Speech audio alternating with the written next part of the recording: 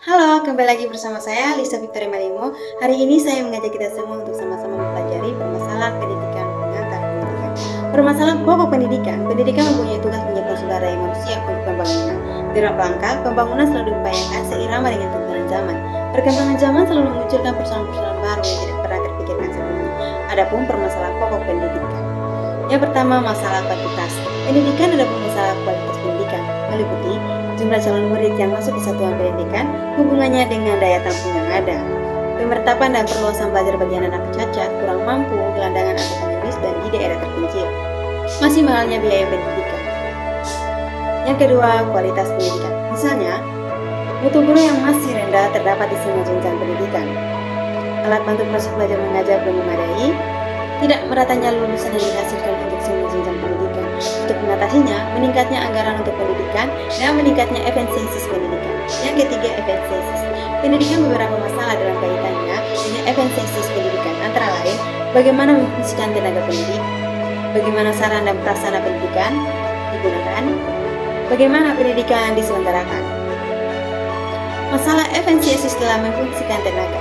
Aktivitas pendidikan dikatakan efektif ideal ialah bila hasil yang dicapai sesuai rencana program yang dibuat sebelumnya, tepat guna. Bila rencana mengajar persiapan mengajar yang dibuat oleh guru atau selaput yang dibuat dosen sebelumnya mengajar memberikan kuliah terlaksana secara utuh dengan sempurna, maka pelaksana perkuliahan tersebut dikatakan efektif. Sempurna meliputi semua komponen perhitungan seperti tujuan, materi, dan strategi evaluasi. Dikatakan kurang efektif bila komponen rencana tidak terlaksanakan dengan sempurna. Misalnya, tujuan tidak tercapainya semua materi tidak tersajikan. Semua strategi belajar mengajar tidak tepat, evaluasi tidak dilakukan sesuai rencana. Relevansi pendidikan sebenarnya, kriteria relevansi cukup ideal jika dikaitkan dengan kondisi sistem pendidikan pada umumnya dan gambaran tentang kerja yang ada antara lain status lembaga pendidikan yang bermacam-macam, sistem pendidikan tidak pernah menghasilkan luarnya yang siap pakai, yang ada ialah sikap kembang, tidak tersedianya kebutuhan tenaga kerja dengan persyaratan yang digunakan sebagai pedoman oleh lembaga-lembaga pendidikan untuk menyusun programnya. Tenaga pendidik dan tenaga kependidikan. Tenaga pendidik adalah tenaga kependidikan yang berkualifikasi sebagai guru dan dosen beserta staf-staf yang bekerja dalam satuan pendidikan. Sebutan lain yang sesuai dengan kekhususannya serta berpartisipasi dalam menyelenggarakan. Pendidikan tenaga kependidikan adalah anggota masyarakat yang mengabdikan diri yang diangkat untuk menunjukkan penyelenggaraan pendidikan. Beberapa permasalahan yang dihadapi tenaga pendidik dan tenaga kependidikan, kesejahteraan tenaga pendidik dan tenaga kependidikan rendahnya dan bahkan tidak ada lagi. Inisiatif dari pemerintah daerah terutama yang tinggal di desa terpencil, bahkan untuk tenaga kependidikan. Belum ada pengakuan dan penghargaan atas kinerjanya seperti sertifikat. Hal ini akan menimbulkan kesenjangan yang mengakibatkan peningkatan mutu pendidikan terhambat. Penilaian dan pengawasan kerja, kinerja kompetensi guru masih jauh di bawah standar isi dan proses. Penempatan dan distribusi tenaga pendidik dan tenaga kependidikan terjadi. Inovasi pendidikan, pengertian inovasi pendidikan. Sebagai pendidik, guru, dan siswa perlu memotivasi diri sendiri berulang-ulang agar tumbuh menjadi manusia yang kreatif dan inovatif. Ketika inovasi pendidik maka disebut inovasi pendidikan. Lalu bagaimana konsep dasar inovasi pendidikan? Ya, inovasi pendidikan adalah suatu gagasan produk atau pekerja baru yang dapat digunakan sebagai pembaharuan untuk mencapai tujuan pendidikan atau memecahkan masalah dalam dunia pendidikan. Inovasi di bidang pendidikan diharapkan dapat meningkatkan dan menyasar kualitas pendidikan. Jenis inovasi ini perlu didorong lebih lanjut baik di SD, SMP, SMA, dan perguruan tinggi, apalagi di zaman kemajuan teknologi seperti sekarang ini. Sasaran dari inovasi pendidikan. Dalam penerapannya, inovasi pendidikan memiliki sasaran atau bentuk yang berkenan dampaknya seperti berikut ini. Yang pertama, guru. Sasaran utama adalah guru. Sebagai seorang pendidik, guru berada di garda yang terdepan dalam memastikan kelangsungan belajar siswa di kelas. Keahlian pendidikan guru pasti akan mengubah pengetahuan dan moral siswa. Berikut ini adalah langkah-langkah yang dapat dilakukan oleh guru perubahan atau inovasi. Membuat rencana pembelajaran, melaksanakan pembelajaran, menangani tugas administrasi, menjalani komunikasi yang baik dengan siswa, meningkatkan keterampilan pendidikan, mengembangkan keterampilan siswa adalah tujuan utama pendidikan. Bila siswa dapat dijadikan sebagai tolak ukur berhasilnya proses pembelajaran, namun siswa perlu dilibatkan dalam inovasi, meskipun hanya dilakukan dalam bentuk rujukan seperti belajar dari inovasi atau mengkomunikasikan pengetahuan yang Kurikulum. Kurikulum merupakan pedoman bagi guru untuk belajar. Oleh karena itu, segala inovasi yang diterapkan di sekolah harus terlebih dahulu diselaraskan dengan kurikulum. Tanpa kurikulum, inovasi tidak dapat mencapai tujuannya.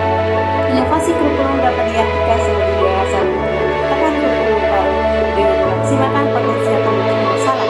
Fasilitas. Inovasi fasilitas sekolah tidak bisa diabaikan begitu saja, karena peralatan yang memadai, pembelajaran tidak bermanfaat. Contohnya, inovasi fasilitas sekolah antara lain menyiapkan ruang baca di ruang kelas, membangun lapangan basket, dan melengkapi peralatan eksperimen. Masyarakat secara tidak langsung menjadi sasaran inovasi. Mengapa demikian? Inovasi memiliki dampak langsung pada siswa. Sekarang para siswa yang berpartisipasi dalam mengubah masyarakat secara langsung. Masyarakat dapat menjadi faktor yang penting dalam artinya istilah merdeka belajar sebab istilah ini sudah sering diperbincangkan setelah Kemendikbud memperkenalkan kurikulum baru, yaitu kurikulum Merdeka Belajar sebagai pengganti kurikulum 2013. Merdeka Belajar adalah sebuah program yang digagas oleh Menteri Pendidikan, Kebudayaan, Riset, dan Teknologi Nadiem Anwar Makarim sebagai upaya mewujudkan kemerdekaan dalam belajar. Dikatakan merdeka dalam belajar artinya siswa memiliki kebebasan untuk berpikir dan berekspresi. Jadi bukan berarti siswa tidak perlu belajar lagi ya. Dengan adanya program Merdeka Belajar ini, pemerintah berharap dapat menghadirkan pendidikan yang bermutu tinggi bagi semua peserta didik di Indonesia. Tujuan Merdeka Belajar sesuai dengan kondisi sekitar, memenuhi kebutuhan peningkatan sumber daya manusia dalam menghadapi era revolution industri, menciptakan peserta didik yang berjiwa merdeka serta tidak merasa ditekan oleh ketentuan dan peraturan dalam pembelajaran sehingga merdeka dapat menemukan potensial dan kemampuan masing-masing. Mempercepat pencapaian tujuan pendidikan nasional yang tertuang dalam Undang-Undang Nomor 20 Tahun 2003 tentang Sistem Pendidikan Nasional. Konsep Merdeka Belajar yang digagas oleh Kementerian Pendidikan, Kebudayaan, Riset, dan Teknologi ini sebenarnya terinspirasi dari konsep Merdeka Belajar Ki Hajar Dewantara. Menurut Bapak Pendidikan Indonesia ini, pendidikan adalah serangkaian proses untuk memanusiakan manusia. Konsep pendidikan menurut Ki Hajar Dewantara juga didasarkan pada dasar kemerdekaan yang dikenal dengan istilah sistem amandemen, yaitu melarang adanya hukum dan paksaan pada peserta didik karena hal tersebut dapat mematikan jiwa merdeka dan kreativitas mereka. Dari konsep Merdeka Belajar Ki Hajar Dewantara inilah Menteri Pendidikan, Kebudayaan, Riset, dan Teknologi Nadiem Anwar Makarim akhirnya mencapai konsep Merdeka Belajar sebagai program kebijakan baru dunia. Dengan adanya konsep Merdeka Belajar ini, baik guru maupun siswa diharapkan memiliki jiwa yang bebas dalam hal mengembangkan dan mengeksplorasi potensial bakat dan kemampuan diri sendiri dapat ditekan oleh aturan dan ketentuan yang berlaku dalam pembelajaran. Pelaksanaan Merdeka Belajar ada 3 langkah yang harus dilakukan dalam melaksanakan konsep Merdeka Belajar ini. Yang pertama, menciptakan lingkungan pendidikan berbasis teknologi agar teknologi pada lingkungan pendidikan tidak dapat terelakkan. Maka dari itu, hadirnya program Merdeka Belajar ini sebagai langkah awal strategis untuk mewujudkan lingkungan pendidikan agar lebih adaptif terhadap era revolusi. Selain itu, lingkungan pendidikan yang difasilitas oleh teknologi juga dapat menjadi tempat bertumbuhnya keluasan berpikir, keberanian berinovasi, dan meningkatkan kemampuan menganalisis suatu risiko secara tepat. Yang kedua, kerjasama lintas pihak. Langkah berikutnya yang harus dilakukan dalam pelaksanaan konsep Merdeka Belajar adalah kerjasama lintas pihak. Dalam hal ini, kerjasama lintas pihak yang dimaksud adalah suatu sekolah bekerjasama dengan sekolah lain untuk meningkatkan kualitas pendidikan. Kerjasama ini penting untuk dilakukan di era teknologi ini untuk meningkatkan kesadaran dalam belajar dan saling membantu dalam memperbaiki kemampuan dan sumber daya. Yang ketiga, urgensi data. Kemendikbud memiliki andal dalam menyediakan sumber daya dan saran yang unggul. Hal ini dilakukan untuk mendukung kebijakan dan dicangkang seperti mempersiapkan guru dan menghadapi sistem belajar. Komponen Merdeka Belajar ada 5 komponen Merdeka Belajar yang berpengaruh terhadap keberhasilan pencapaian tujuan program tersebut. 5 komponen Merdeka Belajar adalah kontrafisien adalah komponen dalam yang berkaitan dengan cara siswa membangkitkan pengetahuan yang sudah ada. Hal ini akan memudahkan siswa dalam menyusun suatu konsep. Dari konsep tersebut, siswa dapat saling berbagi dan mempraktikkan pengetahuan yang dimiliki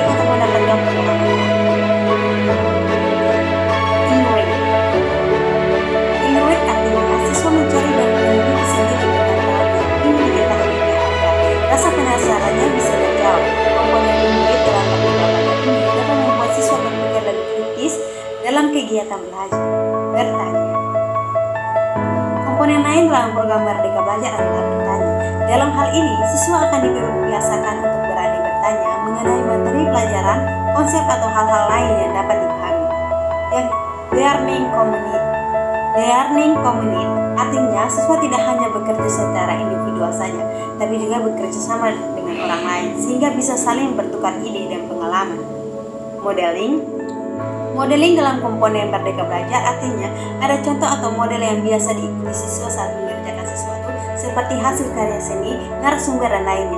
Guru bisa menjadi modeling untuk siswa-siswanya, tetapi guru bukan satu-satunya modeling yang hanya berperan sebagai fasilitator saja. Itu artinya siswa bisa mencari modeling selain peran guru dalam Merdeka Belajar. Secara umum, guru memiliki berbagai peran dalam proses pembelajaran dengan siswa, antara lain guru sebagai pendidik dan pengajar, guru sebagai mediator dan fasilitator, guru sebagai pengelola, guru sebagai demonstrator, guru sebagai pembimbing dan motivator, guru sebagai evaluator. Dalam program Merdeka Belajar, guru dituntut untuk lebih aktif sebagai pelapor kesuksesan penerapan program tersebut. Dengan peran-peran guru tersebut, diharapkan guru dapat mewujudkan program Merdeka Belajar dalam proses pembelajaran. Selain itu, dibutuhkan juga kompetensi tambahan pada guru dalam program Merdeka Belajar. Adapun kompetensi tambahan yang harus dimiliki guru dalam program Merdeka Belajar adalah kemampuan dalam menyelesaikan permasalahan dengan holistik dan logis, dan komposisi yang berkaitan dengan kompetensi profesional guru. Itulah pembahasan mengenai program Merdeka Belajar yang dicanangkan oleh Menteri Pendidikan, Kebudayaan, Riset, dan Teknologi, mulai dari pengertian, tujuan, konsep, komponen, hingga peran guru dalam program Merdeka Belajar. Strategi pelibatan keluarga di satu pendidikan, hubungan dan keterlibatan positif antara orang tua dan guru sangat penting, terutama di tahun-tahun awal. Anak-anak membutuhkan banyak dukungan dan bimbingan saat mereka membangun keterampilan motorik, sosial, emosional, fisik, dan konektif mereka. Penting bagi guru untuk dapat membangun hubungan dengan keluarga dan membantu orang tua memahami bagaimana mereka dapat mendukung pembelajaran yang juga terjadi di kelas di rumah mereka. Berikut adalah beberapa cara untuk dapat membangun keterlibatan keluarga. Bangun hubungan sejati dengan keluarga. Membina hubungan dengan keluarga membutuhkan waktu dan usaha. Sebagian besar sekolah mengadakan rapat antar orang tua, guru setiap kuartal untuk membahas perkembangan dan kinerja anak. Padahal ini belum cukup untuk membangun hubungan saling percaya di mana guru sepenuhnya memahami kebutuhan keluarga dan di mana orang tua dapat berbagi pengetahuan potensial dan apa yang penting bagi diri mereka dan anak mereka, siswa. Kirim komunikasi positif secara rutin. Terkadang guru memanggil orang tua hanya ketika masalah akademis atau perilaku siswa.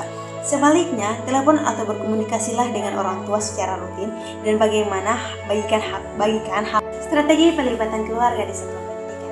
Hubungan dan keterlibatan positif antara orang tua dan guru sangat penting, terutama di tahun-tahun awal pendidikan. Anak-anak membutuhkan banyak dukungan dan bimbingan saat mereka mengembangkan keterampilan motorik, sosial, emosional, fisik, dan konektif mereka. Penting bagi guru untuk dapat membangun hubungan dengan keluarga dan membantu orang tua memahami bagaimana mereka dapat mendukung pembelajaran yang juga terjadi di kelas di rumah mereka. Berikut adalah beberapa cara untuk dapat membantu keterlibatan keluarga. Bangun hubungan sejati dengan keluarga. Membina hubungan dengan keluarga membutuhkan waktu dan usaha. Sebagian besar sekolah mengadakan rapat antara orang tua, guru setiap kuartal untuk membahas perkembangan dan kinerja anak. Padahal hal ini belum cukup untuk membantu hubungan saling percaya di mana guru sepenuhnya memahami kebutuhan keluarga dan di mana orang tua dapat berbagi pengetahuan, potensi dan apa yang penting bagi diri mereka dan anak mereka, siswa. Kirim komunikasi positif secara rutin. Terkadang guru memanggil orang tua hanya ketika ada masalah akademis atau perilaku siswa. Sebaliknya, telepon atau berkomunikasilah dengan orang tua secara rutin membagikan hal-hal positif yang dilakukan anak mereka pada hari atau rentang waktu. Satu pekan itu, dengan cara ini orang tua bersemangat untuk menerima telepon dari sekolah. Ini akan memberikan nilai positif pada hubungan antara orang tua dan guru dan membuat panggilan ketika perilaku atau nilai negatif dikomunikasikanlah lebih efektif karena pendidikan sudah biasa waktu membantu hubungan dengan membagikan apa yang dilakukan anak mereka dengan baik. Bagikan jadwal harian. Cara mudah untuk melibatkan keluarga dalam pendidikan awal adalah dengan berbagi jadwal harian kelas. Ini akan memberitahu orang tua tentang bagaimana jadwal anak mereka disusun, lamanya waktu anak mereka berpartisipasi dalam kegiatan berbeda, dan memberi mereka pilihan bagaimana mengatur akhir pekan di rumah. Pendidikan juga dapat berbagi konten pelajaran jadwal. Tetaplah pekerjaan rumah yang lebih interaktif.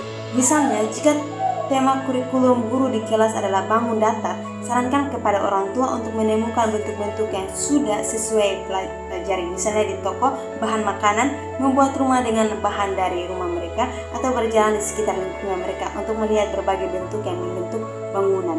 Guru dapat meminta orang tua untuk mengirim foto-foto mereka menyelesaikan beberapa kegiatan keluarga tersebut. Malam belajar keluarga. Guru dapat mengambil kesempatan ini untuk memodelkan strategi mengajar untuk orang tua. Selama membaca dengan keras, guru menggunakan putaran umpan balik atau serangkaian pertanyaan yang dibangun berdasarkan jadwal siswa untuk meningkatkan pemahaman mereka tentang suatu topik. Fokus pada pengalaman literasi positif di rumah dan sekolah. Penelitian telah menunjukkan bahwa ketika anak-anak memiliki pengalaman literasi yang positif, hal ini akan membantu mengarahkan mereka ke keterampilan membaca di tingkat kelas hingga kelas 3. Penelitian menunjukkan bahwa keluarga dapat mempromosikan literasi ini dengan anak-anak. Anak-anak mereka dengan membuat kegiatan membaca menjadi menyenangkan, melakukan percakapan yang melanjutkan dan menarik, mengunjungi perpustakaan dan menciptakan lomba membaca di rumah mereka. Butuh umpan balik. Keluarga harus diberi ruang agar nyaman untuk berbagi umpan balik tentang sekolah anak mereka. Mintalah umpan balik yang tulus tentang bagaimana perasaan mereka tentang sekolah, keterlibatan mereka dalam komunikasi sekolah, bagaimana mereka terlibat